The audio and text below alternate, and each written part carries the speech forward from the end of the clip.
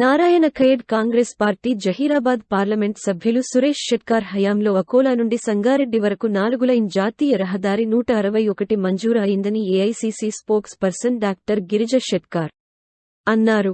సోమవారం స్వగృహంలో ఏర్పాటు చేసిన విలేకరుల సమావేశంలో ఆమె మాట్లాడుతూ, బీజేపీ, బీఆర్ఎల్ నాయకులు జాతీయ రహదారి 161 వారి హయాంలో మంజూరైంది చెప్పడం సిగ్గుచేటన్నారు. గెజెట్ తెలియకుండా ఇష్టానుసారంగా మాట్లాడటం సరికాదు. ధరణి పోర్టల్లో ఇష్టానుసారంగా రాత్రి భూములు మార్చే విధంగా గెజెట్ కాదన్నారు. సురేష్ షెట్కార్ ఎంపీగా ఉన్నప్పుడు 2011లో ప్రతిపాదనలు పంపగా 2013లో సర్వే, మ్యాపింగ్ అనంతరం గెజెట్ జరిగిందన్నారు. బీఆర్ఎస్ మాజీ ఎమ్మెల్యే భూపాల్ రెడ్డి సంస్కారం లేకుండా సురేష్ షెట్కార్ పై అనుచిత వ్యాఖ్యలు చేయడం కరికాదన్నారు. సోదరులకందరికీ నా నమస్కారం. మరి ఈరోజు మనం ఎందుకు కలుసుకుంటున్నామంటే, మన నేషనల్ హైవే అందరికీ తెలుసు. రోజు నారాయణఖేడ్ రావడానికి 4 lane highway, national highway 161, Akola, Nanded, Sangareddy వరకు ఉన్న ఈ హైవేని బీజేపీ నేను చేశానంటుంది, బీఆర్ఎస్ నేను చేశానంటుంది. మరి కాంగ్రెస్ ప్రభుత్వము సురేష్ షెట్కార్ గారు ఏం చేశారు అనేది నిరూపించుకోవడానికి ప్రూఫ్తో సహా మనము ఈ గెజెట్, ఈ జియో, మరి నేషనల్ హైవే అథారిటీ నుంచి వచ్చిన ఒక జియో మరి మనం చూస్తున్నాము. నిన్న భూపాల్ రెడ్డి గారు షెట్కార్ కుటుంబము దరిద్రులు అని ఇష్టం ఉన్నట్టు నోటికొచ్చింది మాట్లాడుతున్నారు. సంస్కారం లేకుండా ఎవ్వరు ఆపోజిషన్తో అన్నా కూడా పద్ధతిగా అనేది మాట్లాడడం ఫస్ట్ నేర్చుకోవాలి. గెజెట్ అనేది అర్థం కాకపోతే తెలుసుకోండి, లేకపోతే నేనే నేర్పిస్తా.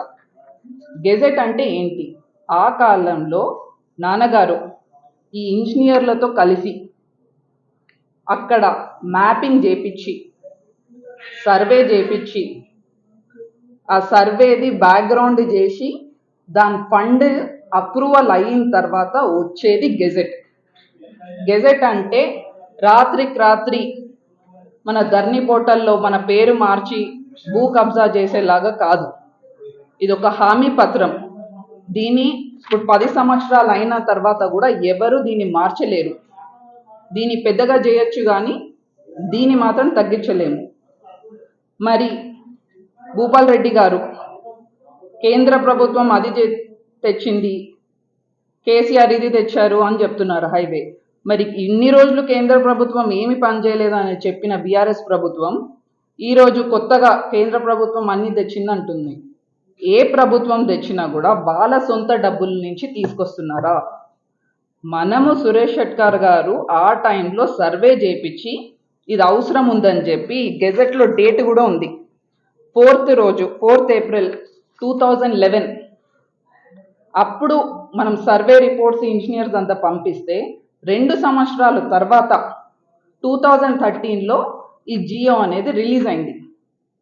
మరి ఇంత డీటెయిల్ ఉన్నదానికి చదువు రాకపోతే మరి గెజెట్ అనేది ఏందో అని అర్థం కాకుండా మరి ఎమ్మెల్యే ఎట్లా అయ్యారో అనేది తనే ఆలోచించుకోవాలి. ఇక వస్తే ముందు నారాయణఖేడ్లో ప్రజా దర్బారు పెట్టి ప్రతి ఊర్లలో భూపాల్ రెడ్డి ఏ భూములు కబ్జా చేసిండో అందరు బాధితురాల్ని కలిసి దీని రిపోర్ట్ తయారు చేసి మేమే ప్రభుత్వం